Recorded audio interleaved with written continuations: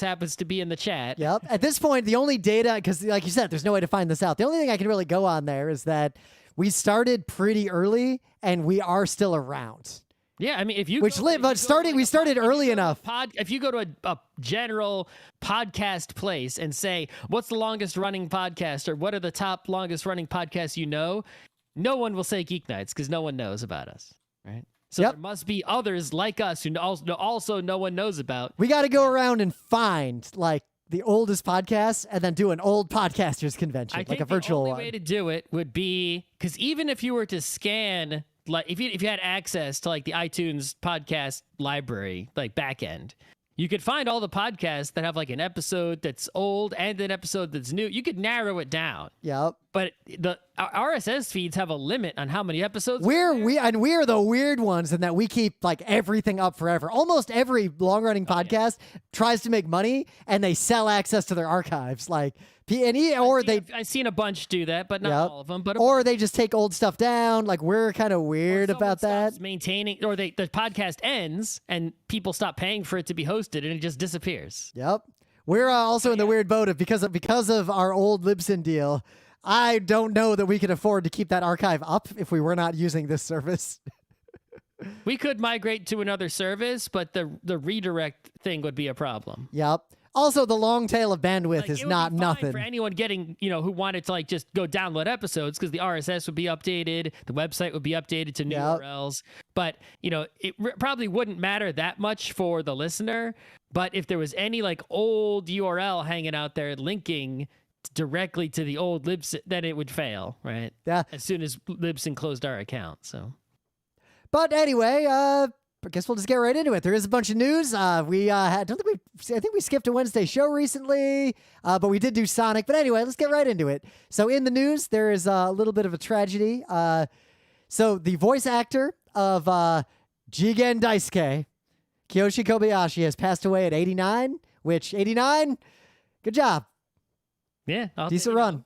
I hope that I make it to 89. Some years ago, the Lupin, because Lupin was one of these interesting things where no matter how many TV shows and movies, etc., that they made, they just kept using the same voice actors, right, over and over.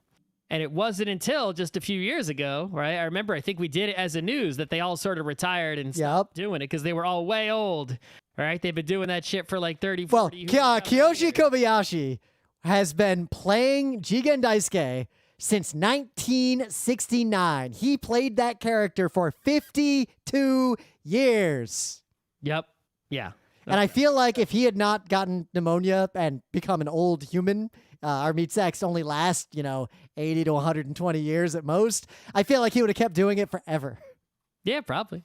But yeah, much like, with the Looney Tunes situation, right? Or the Mickey Mouse situation, it's like, they want to keep making cartoons with these same characters, but the original Goofy voice like ain't around anymore. Yep, Mel Blanc can't live forever.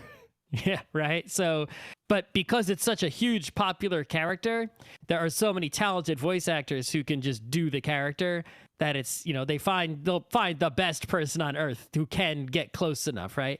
And at the same time, it's actually nice, at least in my opinion, for the person to not just be a perfect imitation.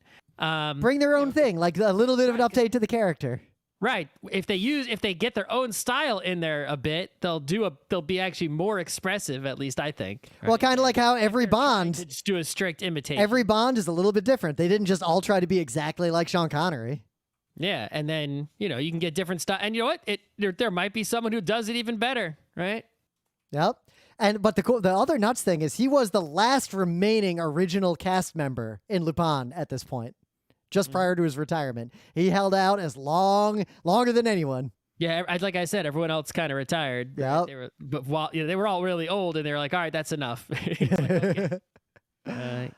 So in some huge and somewhat unnerving news, we've talked about this. Half the news we've done for the last 2 weeks has been giant companies all merging together, like the consolidation of every industry.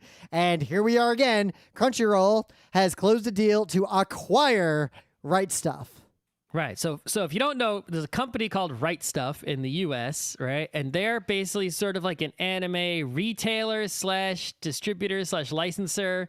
and they also had a side hidden brand for hentai stuff. Yep. I mean, they were around since what, like 87, 88? Like, they were around. They've been around as long as anime's been around. And, like, if you were in the United States and you wanted to get anime, especially before the anime boom of the early 2000s, it's like they had, like, mail order catalog. They were still, like... I got their catalog. Was that the one that had the separate hentai section that was like you could remove it from the catalog? Yeah. But like they also had a licensing arm. They were licensing and subbing, dubbing animes, right? Releasing them on disc, you know, for themselves, I guess, right? It's like they were a big, important deal in, you know, United States anime industry. And, you know, Funimation and Crunchyroll, the two streaming services, Funimation's also a licensor, right? It's Crunchyroll kind of also. And, you know, they came together, and now you're bringing Right Stuf into all in the same company. It's like, that's it. That's U.S. anime monopoly, right? Yep. Game over. And I'm just waiting for Amazon Video. I'm waiting for Amazon to just buy the whole thing. Yep. It's like all I can think about is like those mid-2000s Otakons where there were like so many U.S. anime companies, right? You know, your Neons and your... There was that brief period where the expo hall at an anime con looked a little bit like what a PAX expo hall looks like today with like the cars and the Pika girls and all the nonsense. Right, but it's like there were just so many different anime companies all going at it. You know, and now there's just a lot less. That's one basically. Yep. Discotheque off to the side being awesome, right? With their getting the old stuff. Yep. And Meanwhile, there's G Kids coming through with the movies, and then there's Funimation with like everything else. So I wonder what this will mean now for my streaming because when I look back at what anime I've watched recently, pretty much every anime I've watched that has not been in the theater has been on Netflix. Or has been from the high seas because it was from like a streaming service I wasn't paying for. I actually haven't. I actually canceled my Crunchyroll because I haven't watched anything on it in a while. Despite being deep into anime still, like I don't know. I might, you know, there might be some stuff I'm gonna watch on there soon. Crunchyroll is the kind of service I think. Finally, let's just make sure if. Whenever either one of us is going to sign up for it, we agree to do it at the same time and watch as many, like 4 episodes of the show so we can do a Geek Nights episode on them as we can before we shut that off again. Yeah, well, we'll have to see what the pricing is like, too, because pricing on streaming services is going up everywhere. Yep. So we'll see. This does not bode well for the anime industry in the long term, but it'll probably be easier for fans of anime in the short term.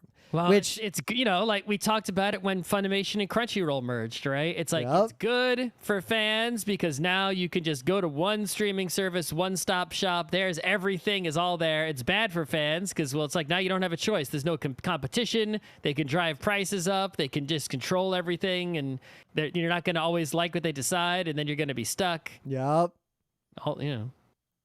So in some other news, you may remember a cute little show that Natasha Allegri put out a long time ago, Bee and Puppycat, that had like a pilot and then like a short series. So the for real Bee and Puppycat, like the remake, the full deal, we just got our trailer drop. It's coming on Netflix. Cartoon Crave has got the trailer. It's like we kickstarted this thing like 100 years ago. I went to the launch party. Like I met Fred there. Yeah. And then they friggin', you know, they released it, and then they released it sort of again-ish, right? It was like a pilot, and then it was a series, but it never really finished all the way, kind of.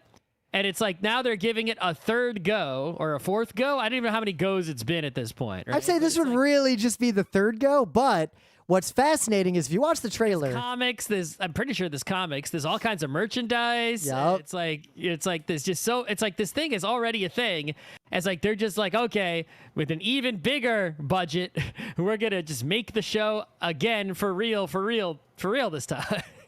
It's almost like it went through. Do it that way. But it's an interesting process because you sort like with Steven Universe, there was that pilot that we all saw, and then there was the real show, which looked very different. That's the normal process. Yep. But it's interesting to get a pilot, then like a pilot series, like a second pilot that's longer, and then the main thing. Though I think that I don't. You know what? You know what had a actually had a. Series. That was the series.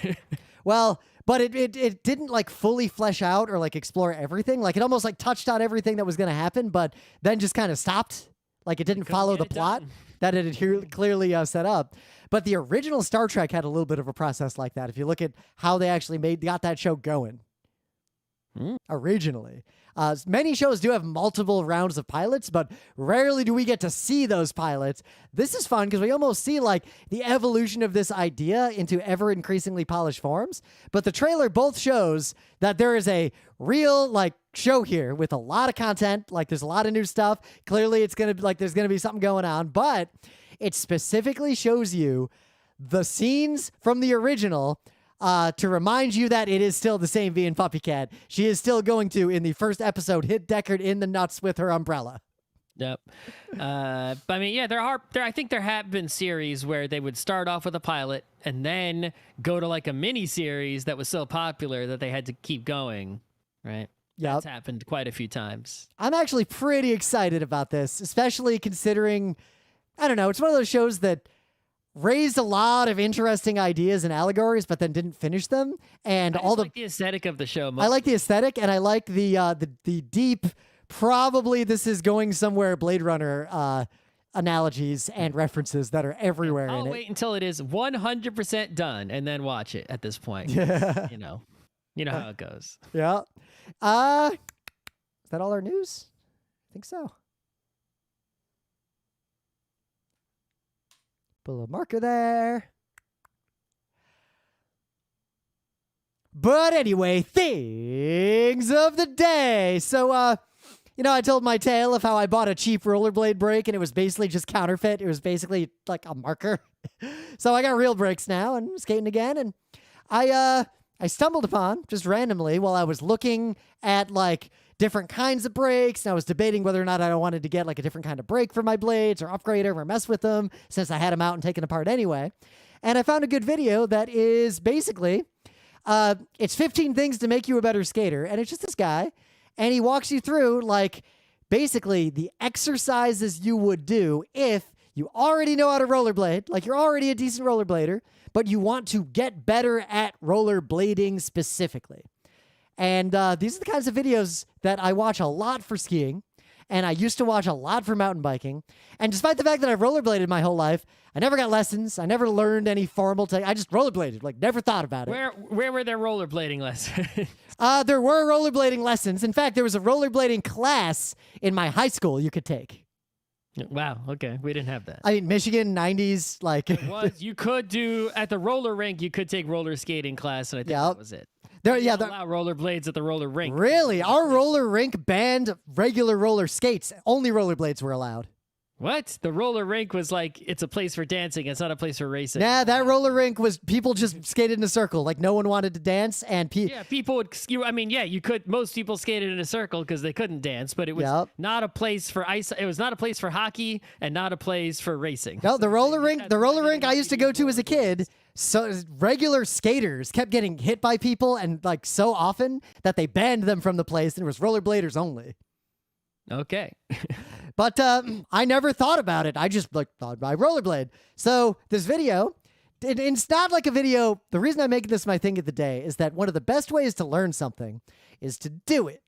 And a lot of tutorials online, like here is how to bike better, or here is how to ski better.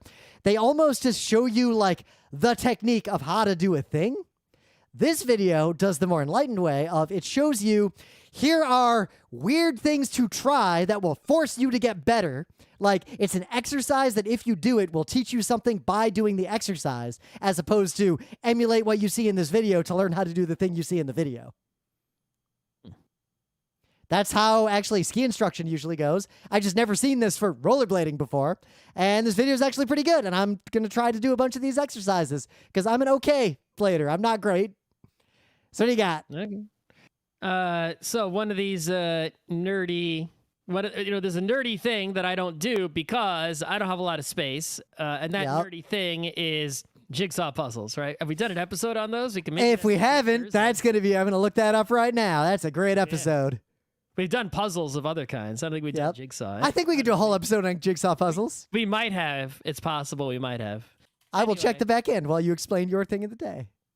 But yeah, the ones I did as a kid, we did. We some have big never ones. done any episode that includes the word jig in any What about capacity. puzzle though.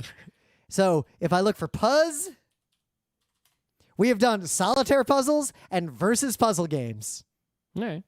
But I've always, it's a nice, relaxing thing to just like have around, right? It's like when you got nothing to do, right? Instead of poking the internet, it would be much better to just go sit by your jigsaw puzzle. That's a much better use of your time than reading Twitter again, right? If you got nothing else to do but sit around your apartment having a puzzle out, right? Pretty good.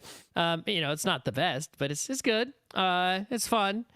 So, but there are some puzzles. It's like I just don't have room to do them, right? Oh yeah, like I live in an apartment in New York City. If we want a table, I unfold a big table, and guess what? That table's got to be folded back the fuck up before long because it is in the way. Right, and you got to imagine in the year 2022 that there are some really unique puzzles out there that didn't exist, when back in the day. And sure enough, here's a YouTube video on a YouTube channel called Karen Puzzles, as a jigsaw puzzle specialist YouTube channel. And Karen Puzzles gets the what is this? A 24,000 piece puzzle. 24,000. I remember doing puzzles that were like, watch out, this motherfucker's got 3,000 pieces. The short side is like 5-something feet long, and the long side is like 14 feet long. It's large, right? Obviously this is no small feat that this puzzle is completed in 6 parts and comes in 6 bags. But I am disappointed in the fact that the 6 bags, it's really 24,000 divided by 4. It's basically like, 6 4,000 piece puzzles, really, that you then combine, because each bag is... Well, but I would point out that is interesting in that it is an affordance to allow people who do not have a puzzle room to do this puzzle at all. I agree, but... Really, it would be so epic to just... I guess there's nothing stopping you from buying this and just mixing all the bags together. Oh, yeah. It's not forcing you to do the puzzle. I knew a guy in high school who his deal was he would do puzzles, but he'd do them upside down and try not to see what the image was till the end. Like he'd get someone else to buy them for him. Well, I'll save my story about that for when we do an episode on this topic. But what I just want to point out, I epic 6-part YouTube video completing this thing. I dug around, and there seems to be some consensus. So a 500-piece jigsaw puzzle is expected to take an average person who is not like a jigsaw puzzle expert between 2 and 7 hours. A 1,000-piece puzzle will generally take someone 5 to 12 hours. So 1,000, 5 to 12 hours. So 24 times that, times the complexity of it's probably not a linear progression as these get bigger. Yeah. But yeah, I could see, knowing those times now, I could see myself like do 1,000. One good, I guess I'll just save all these things for when we do an episode on it. But this video is great, especially the top comment says everything you need to know about these videos. Quote, find someone that hypes you as much as Karen hypes this puzzle. That's right. The sheer joy of this puzzle building. Even if there's a hobby that I don't particularly enjoy myself, there is something infectious about watching someone who loves the shit out of their hobby, no matter what it is, unless it's something evil like being a Nazi. I hate cars. I want to remove all cars from Earth. But I watch a channel that is just a mechanic being awesome about fucking with old cars. Like, I did a thing of the day on Transmission Guy. Yeah. Yeah. In the meta moment, the Geek Nights Book Club book is Binti. I expect we will do the show on Thursday, unless Scott somehow has not read this book. Scott, there is no way this will take you more than 45 minutes to read. It's not about finishing. It's about starting. Yeah. Well, we'll see what we do this weekend, but I suspect you can finish this book. We'll do it in the next... If we don't do it Thursday, we got to absolutely do it the following Thursday. Mostly, I just want you to pick your next book, so then we can begin the Gambit choice that we're going to do going forward. I have no ideas right now, so I got to come up with a Gambit choice. I revealed somewhere, I will not say where, what the 2 choices I'm going to put forth for you are, and the feedback I got was, quote, that will be delightful. I'll bet he picks X. Okay. Obviously, the book is not called X, though. That would be funny. I cannot reveal. It'll be funny. I do want to read both of these books, so I'm fine either way. I'll be live at PAX West Sunday, September 4th, 12:30 p.m. Pacific Time in the Sasquatch Theater, which is on the second floor of the Sheraton, doing Losing. There is a decent chance Scott and I will be at PAX Unplugged, at least doing a panel or two, because that con is like an hour drive from here, even if we don't stay to do anything else. We'll see what the state of the world is then. Yep. I mean, I will pretty much definitely be there doing a panel unless I'm physically prevented from doing it, but we'll see what the odds are at us doing anything. What the world will be like then. That's not that far away. Well. And let's see, website's coming along. I think we don't have any planned disruptions coming up for the foreseeable future. And get right into the main bit. The main bit is Inu-Oh, which... All right, so years ago, right, it was announced. I gotta find the GeekNights episode where we found out there was a rumor he was making a new movie, and we were like, ooh. Right. It's like there was like, Masaaki Yuasa, signed Saru, was making a new movie, or at least we knew they were going to make another movie, right? But the next movie was called Inu-Oh, and we didn't know much about it at all, other than that's what it was called, and there was like an image, like, a prototype of the movie poster, and we knew absolutely nothing about it. More recently, right, an actual movie trailer came out very recently. And I actually have that movie trailer up because I wanted to quote it right now, because the trailer actually describes what genre this movie is in perfectly. I'm just going to read this from William Bibbiani at The Wrap. The best feudal-Japanese hair metal demonic curse serial killer political tragedy rock opera of the year. Yeah, pretty much. It is that. That is what this movie is. So, yeah, that's when we saw the real trailer. That's when we figured out what the movie was like, which was not at all what I expected. But we got to see it because the Japan Center in New York City, a fine institution, got to have the East Coast premiere of the movie ahead of the more general G-Kids release in the United States. Yep. So everyone else is going to be able to see this movie, at least in the United States, on G-Kids website says August 12th, 2 days from now. Or I guess maybe one day if you're listening to this tomorrow, right? Whereas we saw it like last week. Yep. Now, what I will say before we go any further, we'll avoid spoiling anything until the end of the episode, of course. But I know we say this. There's not much I can say without spoiling. We'll warn you when we're going to start like spoiling stuff because there are some things I want to discuss. Yep. But I'll say this. We always say if there's an anime movie and we talk about it on Geek Nights and it's not just a sequel to an existing long-running anime franchise, if you're even like partially an anime fan, just watch it. There aren't that many. They're usually very good. I have rarely regretted it. It's not the best, right? Even if it's kind of so-so. If there is an anime movie with an original story, it's not just Pokemon the movie, One Piece the movie, right? It's nothing like that. That you just go see it because there aren't that many of them. You can see them all. There's only a handful a year, right?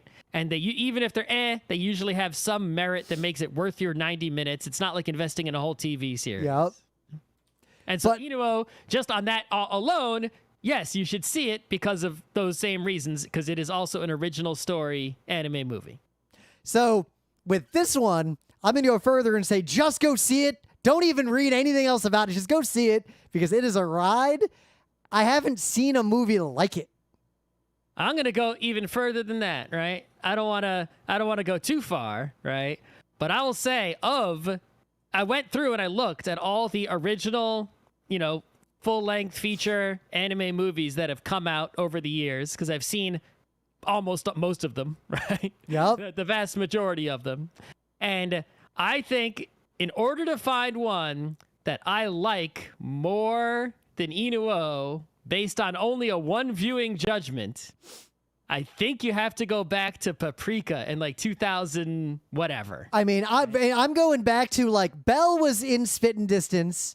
The night is short. Walk on girl is definitely way up there. Yeah, those are way up there. But I think Lou over the wall. Like Inu-Oh. I actually got how many Masaaki Yuasas did I just list there? One. Well, Inu-Oh Inu-Oh is one, and Walk On Girl is the other one. Yep. Ride Your Wave. Belle is Hosoda, right? So is there any Hosoda movie that you like more than Inu-Oh? Do you like Summer Wars more than Inu-Oh? I don't think I do.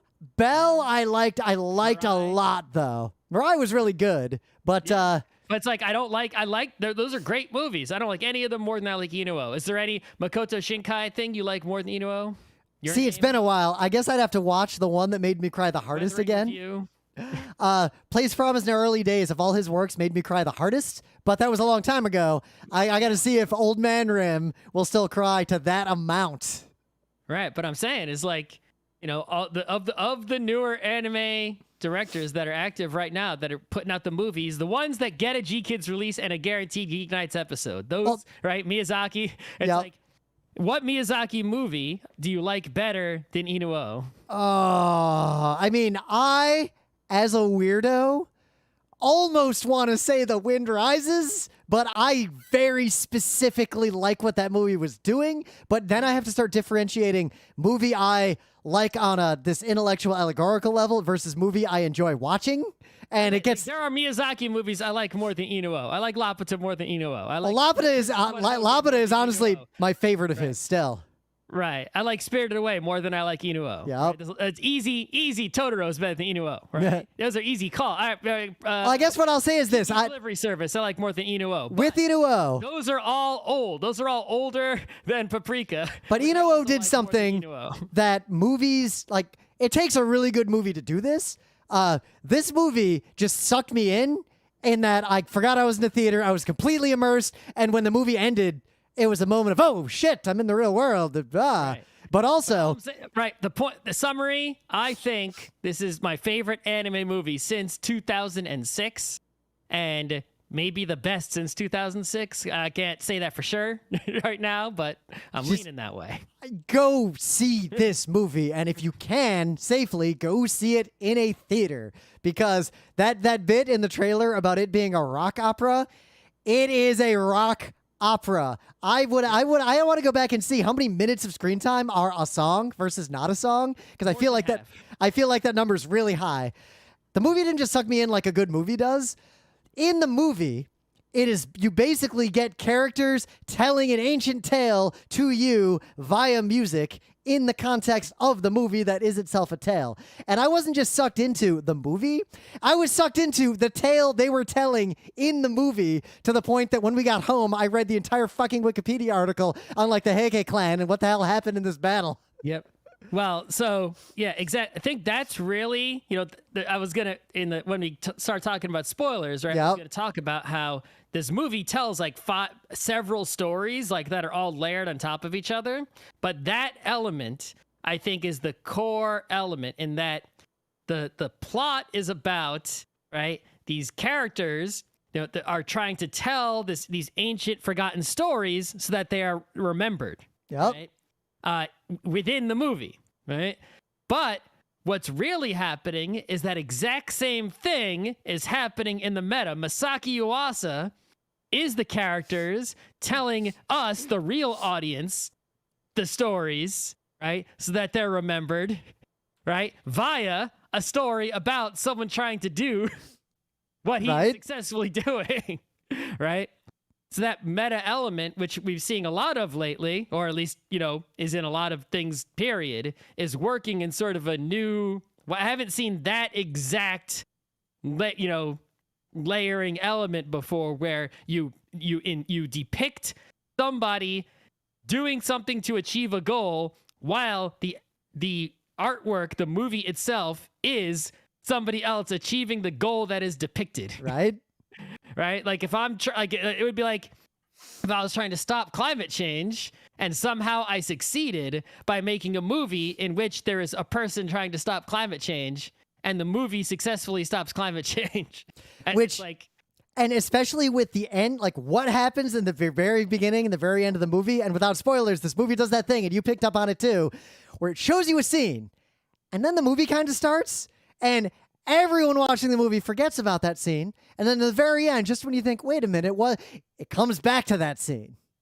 Mm-hmm. And the movie, one of the big themes it has is the contiguous connection of humans telling their stories over the course of history and how that thread is still alive for things that are terrifyingly ancient and forgotten. Like there's always this thread. There's always this echo of memory that survives even when memories and ideas are repressed.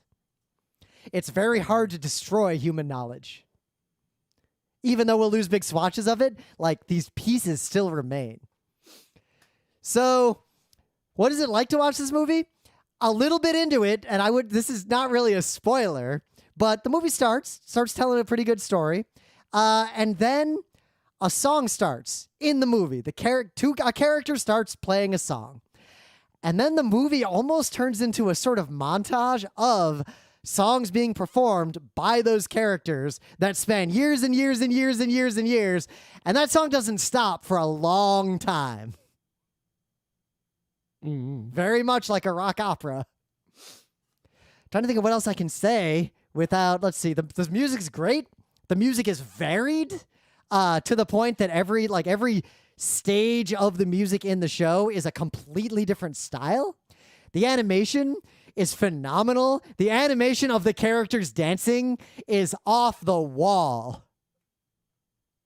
And I don't know what else I could really say other than go watch this movie unless we start spoiling stuff. The non-spoiler thing, right, is that you have the music.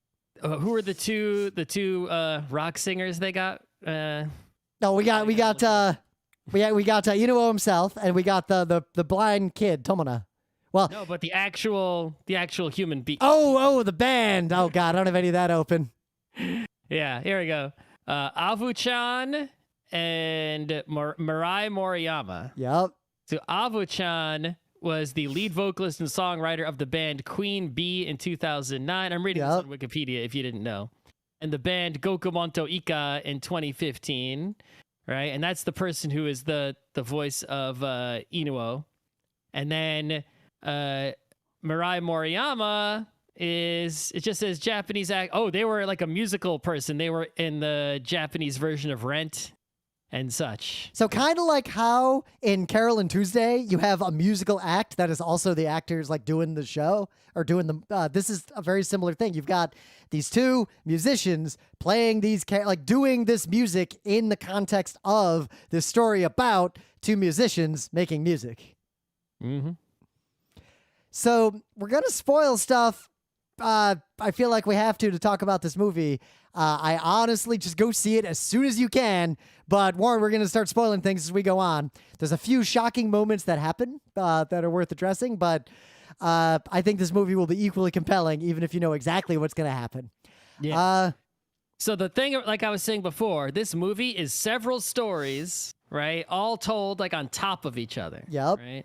On one hand, there's a little bit of an Amadeus story, like a little bit. There's a Mozart Salieri, even though that is a very facile comparison. It's more funny to say it that way than to actually line it up 1-to-1. But there's definitely the story of there is the senior respected musician, but then the world gravitates toward this upstart who he doesn't like because it's stealing his thunder, and he wants revenge. Yep. Well, and then the upstart band, right, has its own story of, the typical rock band story of, people get together, form a rock band. They're fucking legends. They take the world by storm. Yep. And one of them sells out, and one of them, is in it for the music, and they're the true artist, and it doesn't go well for them, right? Yep. That's a classic tale. You've also got the tale of the music they make is new. They have made a new scene, and that scene threatens the existing political order to the point that the government represses it, which is also a tale that has happened in the real world time and time again. Yep. You have the sort of folk tale of someone who is cursed, right? Yep. And is disabled, disfigured in some way. It's somewhat similar to Tezuka's Dororo. I was gonna bring that up. Where the guy's born with nothing because of a deal with it was like a whole bunch of demons, right? Same kind of deal. There was there was a deal with demons that results in a person being born with not the greatest body, and then by doing certain things, they are able to get their body to be quote normal. Yep. Right? But there's also it's a tale of disability and well, for both of them, because you have a disfigured social outcast, and you have someone who was blinded in an incident when they were a child, and they come together, and these two disabled people form the greatest rock band in Japanese history. But you've also got the story of two societal outcasts shining. Also the common trope of the sort of disfigured person and the blind person, right? Yep. They don't judge them because they can't see them, kind of deal. That happens a lot. You have got a demon story where the current court musician made a deal with a demon to get the secret tales so he could have unique music and he could bring something to an existing music scene that no one else had. But the deal he made was he gave up one of his sons, and the demon took his son and made his son into the musical genius that would destroy him. And there's a whole serial killer murder plot there. That turns into an allegorical story of there was no demon.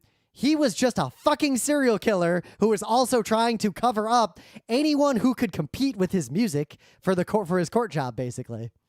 Yep. Then you've got the political story of the Heike clan was destroyed. And so we have to talk about the clan here, right? So just, I think the movie does, perhaps one of the only negative things I can say about it is that if you know absolutely nothing about the tale of the Heike, then you might be a little confused at the movie, right? Yeah. You have to at least know a tiny amount, right? I know a tiny amount, even though, right, a woodblock depicting a famous part of the tale of the Heike has been above my bed for basically, I think as also the Japan Society, ironically enough, I guess coincidentally, I don't know. Yeah. In 2010, we went to the Japan Society and there's a woodblock print exhibition. Right? That is where I learned everything that I know off the top of my head about this. Right. And so I'm looking at all the woodblocks, and the one that I was drawn to the most was this one, and in it is a depiction of a scene from the tale of the Heike, and I ordered an MFA fancy high quality print of it, and I framed it and I put it up. And so the basic story is that and the thing about the tale of the Heike is that it's not completely fake and it's not completely real. It's a thing that actually happened. Yep. There is archaeological evidence this is real. Yeah, well, we know there was a court drama, there was a coup. This was late Heian, This is 1100s, the 12th century this happened. Yep. Right. So toward the end of the era depicted in the tale of Genji. Right. So this was a real thing that happened, but wasn't Genji way later than that? There was Heian, right?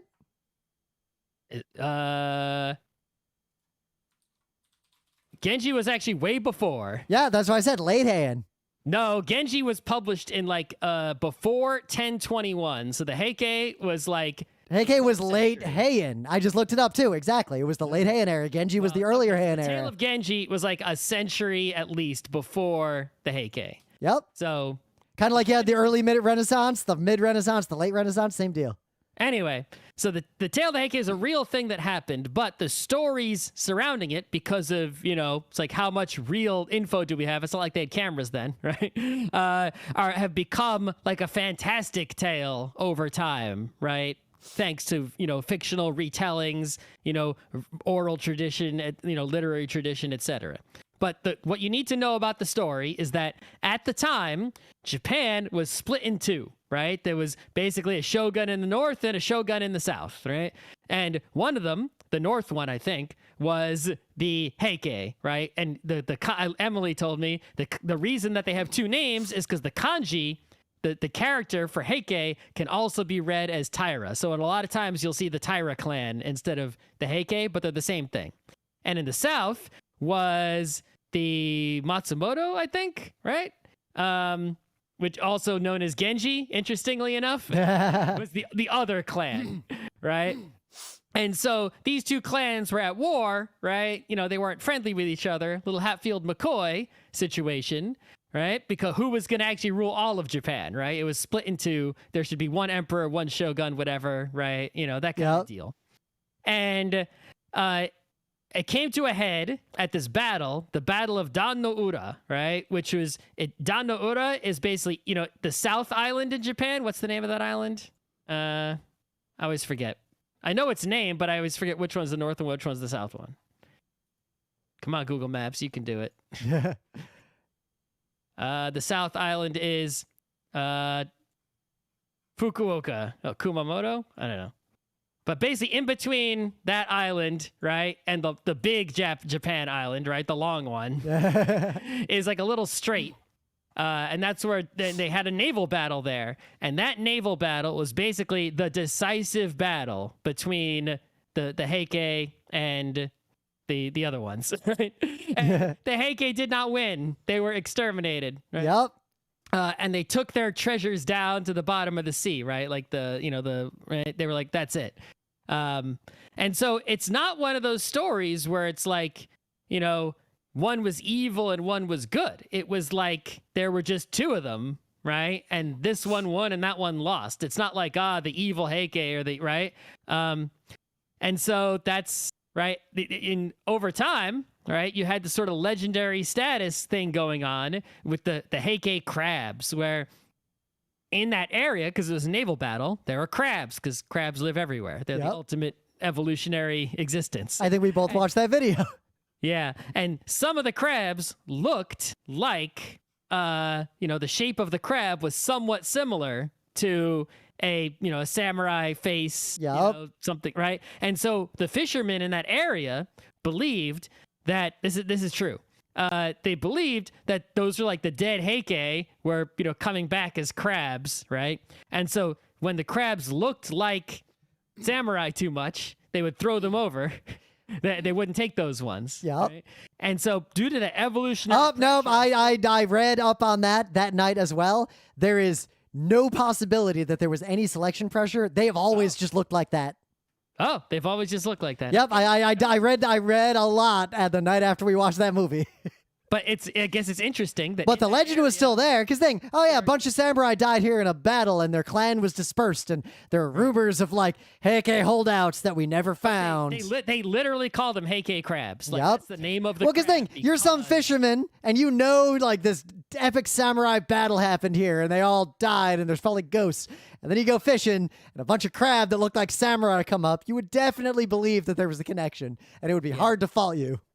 I zoomed in on Google Maps, and I can even see on Google Maps here, Dan no Ura Battlefield. So there's clearly his pictures, right? It's like there's definitely some touristy shit you can see down there if you go. Yep. But I guess the important thing you need to know in the movie, which is just simply that the Heike lost the battle and lost the war effectively. So and now the other group, now rules Japan. So history was written by the winners. And exactly. Knowledge of what the Heike were about, what they're up to, was generally suppressed. So you basically, in the movie, you have the situation where there's the one dude, the Salieri, who is the one who's allowed to tell tales about the Heike. Nobody else is. And depending on how you read the movie, either a demon told him those stories to tell, or he's telling false tales or tales that he made up or collected in some way on his own, probably unethically, especially if you read into that thing with the regalia and the sword and why the kid was blinded in the beginning, which clearly was him sending people out to like find these artifacts and consolidate his victory and destroy knowledge of the Heike. There's a lot going on there we'll get into in a minute. So then suddenly Inu-Oh and this upstart band just start singing new stories about the Heike. And the key there is new. There are stories. Right. It's stories no one has heard before. So there's Biwa monks, right? And basically, they're a real thing also, right? They're monks who play the biwa, an instrument that was also in the Tale of Genji, right? Once you see a biwa or hear one, you'll know what it is. Right? Yep. It's a musical instrument. And so these monks who were blind would travel around playing the biwa, telling stories to get money and survive, right? Often together in groups for safety. But like they were a thing. And so in the movie, they're depicted going around, right, to try to talk to people who were around in the Heike times or have been passed down. Right? It's like they'll visit small villages and be like, hey, has anyone here have any Heike stories that have been orally passed down? Teach me them, and then I'll take them around and teach them to other people so that they're not forgotten. Right? So it's interesting. If I have this one reading, I think, on the beginning, is, we see that the Imperial people come to the town and they hire local divers to go try to find artifacts from the battle because they're looking for the regalia. And they find the cursed sword, and the sword blinds the kid and kills the dad. Mm-hmm. It is easy to read that literally if you take the demon that we see later as literal. It's also easy to read that as an allegory, and that's what the kid remembers. That's the last thing he saw. But really, maybe the emperor, I guess the shogun in this case, because it was a shogunate as far as I can tell. I'm not super up on late Heian era history, obviously. Okay. Yeah. But might have been sending imperial emissaries down to find that regalia because it is important to solidifying the rule, and also maybe killing anyone who knows too much about exactly what happened in the Heike and suppressing the knowledge of the rival faction. So maybe imperial troops came and just blinded the kid and murdered the dad, and the kid remembered it as the cursed sword related to the Heike themselves. Yeah, could be.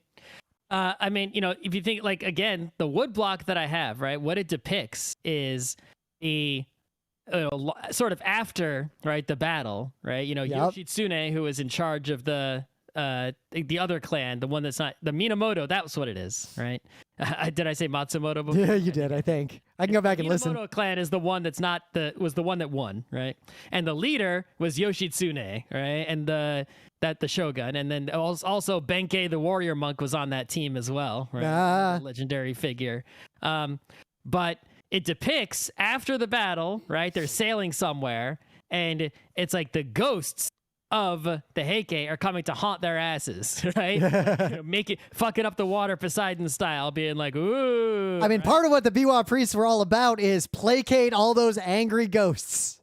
Exactly. So it's like every time I see a Heike story of some kind, it's like that theme is there somehow, where it's like it's not about the Heike.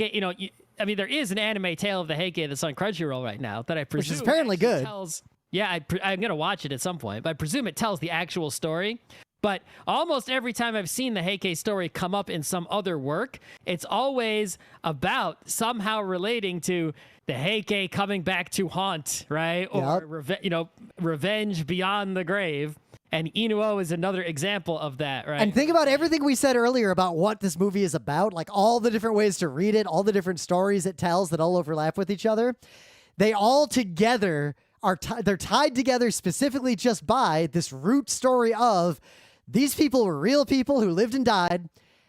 The memory of them was suppressed, like their clan, just like the kid with his dad. Like his dad's ghost is telling him, tell my story, get revenge, don't let our line die, even though he said, fuck you, dad, I'll change my name as much as I want. But all these ghosts want is for someone to know they existed. Just hear their story. That's it. Yep, that's what they want. And the way that is depicted in this movie, to drive all those different readings and allegories, is fantastic. Those songs that get played, I was deeply invested in those tales of what happened to those soldiers on those ships. Exactly. That's the meta thing that we talked about before the spoiler line, right? It's like they're trying to sing music to get these people within the story. They're trying to tell people the story of the Heike and make them care about it and remember it. But actually, me, the real person, right, is being told that story, and now I care about it, right? But the best part, they don't do they never show the battle that they're talking about. They don't animate that directly. What they do, you just see the band singing about it with the band's primitive late Heian era, not historical special effects.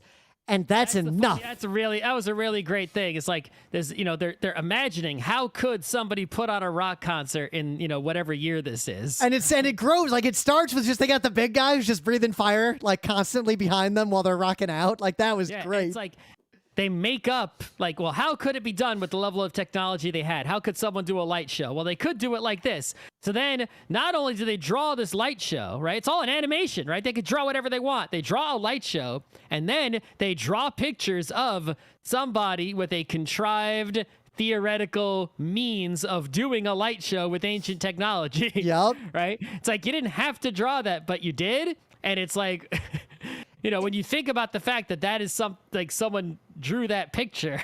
Storytelling as storytelling. I think my favorite, and especially as they're so different, my favorite of those effects, like that bit, the song about the whale and the tides. The whale is, I think, the best song in the whole thing. Absolutely the best song, but also the best, there were the visuals I liked the most, like that set piece. But the most luscious visuals are definitely the final set of songs that they do with the giant crane and the glam rock set. Right. Well, I mean, there's a lot of, I'd say, a lot of it is really just like a Queen parody, right? Well, it seems like it covers a lot of different parody, but homage. Yep, right? styles and types of music. Like you could, like each of the set pieces of music is like a mishmash of references to a bunch of different bands and a bunch of different musical styles.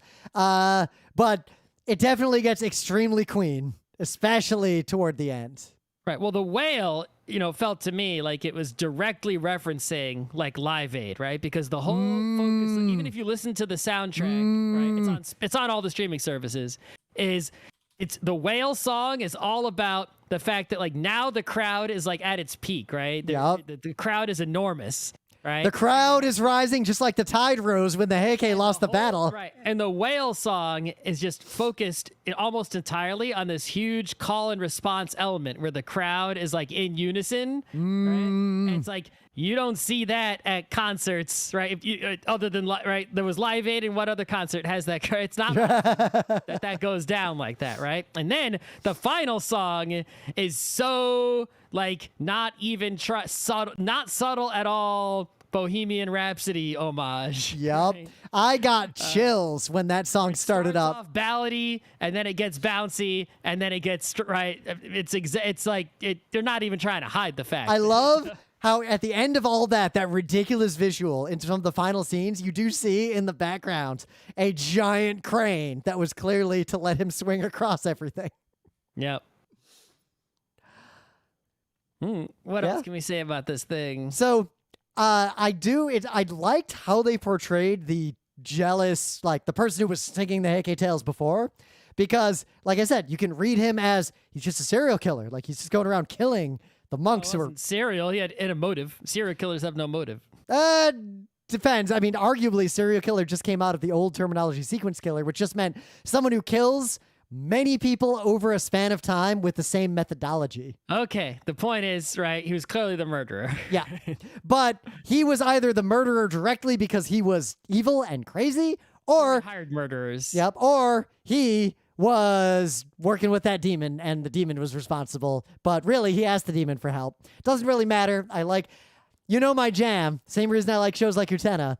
Whenever the allegorical reading and the literal reading work equally well, that is like the chef kiss of media for me. The only thing that could get me harder is precursor technology mixed in.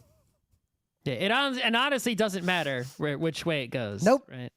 But the moment where I thought he was going to go try to kill them and like ruin their performance, I did not expect him to just pop. And what's extra funny is the crowd did not react that strongly to like the eyeball bouncing, like after he just popped when the demon killed him. But when then you see the finger just like stuck to the wall, like slowly sliding, at that moment, that's when the whole crowd went, ugh, all at once. There was like a shudder that went through the theater. But I mean, like for a movie that's actually pretty light on the, anything that would be a content warning. It's like that. There's like one brief scene was like, whoa. I read that as him committing suicide. Yeah, probably. Especially because you had the angry, his sword is getting angrier and angrier every time they're succeeding. And especially with the cultural sensibilities of the era, he could not commit murder on that scale and get away with it. He was consumed to the point that he just had to destroy himself. But if you read it with the demon is great because the demon's just like, you made a deal with me. You said I could have your son. I can do whatever I want with your son. I did that. So if you tell me to kill your son, you're taking away the thing that you're giving up on the original deal. Destroy what's already mine. Yep. You. Like, quit while you're ahead. You're the court musician. You're safe. Like, what's wrong with you? Well, he wasn't the court. That was the whole thing, right? Well, so he should have been the court musician. Right. In his eyes. Shogun / Emperor, right, is the most popular theater in town was by this dude, right? What was his name? Right? The evil dude. I forget his name. Yeah. But he had the most popular theater in town. It was popular with all the people, and it was supposedly the best one, right? And so he makes the deal with the demon, though, to sort of keep that position going, right? And so the demon gives him the, Inu-Oh son, right? Yep. So Inu-Oh is his son, right? But he also gives him all like new tales of the Heike. Right. And so the what was I saying? We were talking about Salieri. Right. So he's most popular in town, but the emperor does not have him perform for him. True. The emperor has this other second no theater perform because like the emperor's daughter is a fan of this other one. Right? So even though everyone knows that sort of the Salieri guy's one is the best, right? He doesn't get to perform for the emperor because the emperor's daughter likes a different one. His daughter's fun. I love the crowd scenes of her and all the people in the crowd reacting to the performance too. Right. And so then, right, when Inu-Oh comes along, with the rock band and the new stories, right, from all the spirits that he talks to, right, he takes down sort of both, right? It's like with their new rock and roll style, not only do they take down, the no theater that was popular with the people, they also take down the no theater that was popular with the emperor and his daughter. Yeah. Right? And they replace, so it's like first they take out one, then when they take out both, that's what pushes the guy over the edge, right? Because it's like, You he also... only had half the deal, and now he's got nothing. Which reminds me of yet another story it told.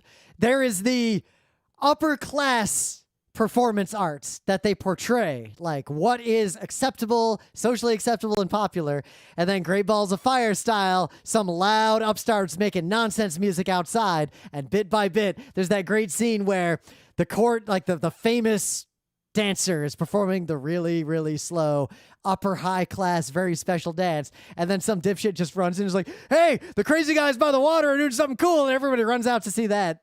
And there's only like 6 nobles sitting there watching this, and everyone else goes to see the cool band. Yeah. But yeah, this is just it's incredible. You get that great bit where even the Biwa are like, what's up with him anyway? Yeah, they got like long hair and makeup and WTF. I thought they were monks. I think it's really like a genius work. It spoke to me. So I hope it speaks to you too. There is zero. Just watch this movie. I think people who have never seen an anime will enjoy this movie. Just get it in front of people, and it's a ride. And before you know it, it'll suddenly end. I mean, I think I don't know if it's like there are better anime movies, right? It's like Akira is better than this. Ghost in the Shell is better than this, right? It's like I'm not, but that doesn't mean I'm going to still say it's S tier, even though it's not the S-est of the S tier. It's still in that same realm. Absolutely. If I could watch it right now and not regret those 98 minutes. Just watch it again right now. I was so surprised it was only 98 minutes. I was like, whoa. There's a lot worse ways to spend 98 minutes. Most things you could do are a worse way to spend 98 minutes than watching this movie. So I hope you are able to see it in the theater in a day or two when it is in theaters in the United States, or who knows, wherever you live. It is getting some sort of distribution worldwide. If you're in Japan, I'm sure you've had a chance to see it already plenty of times. Who knows? It'll eventually, I'm sure, be streaming and Blu-rays and all that business at some point. So don't, you'll have your chance. All right. I think that's a good spot to stop.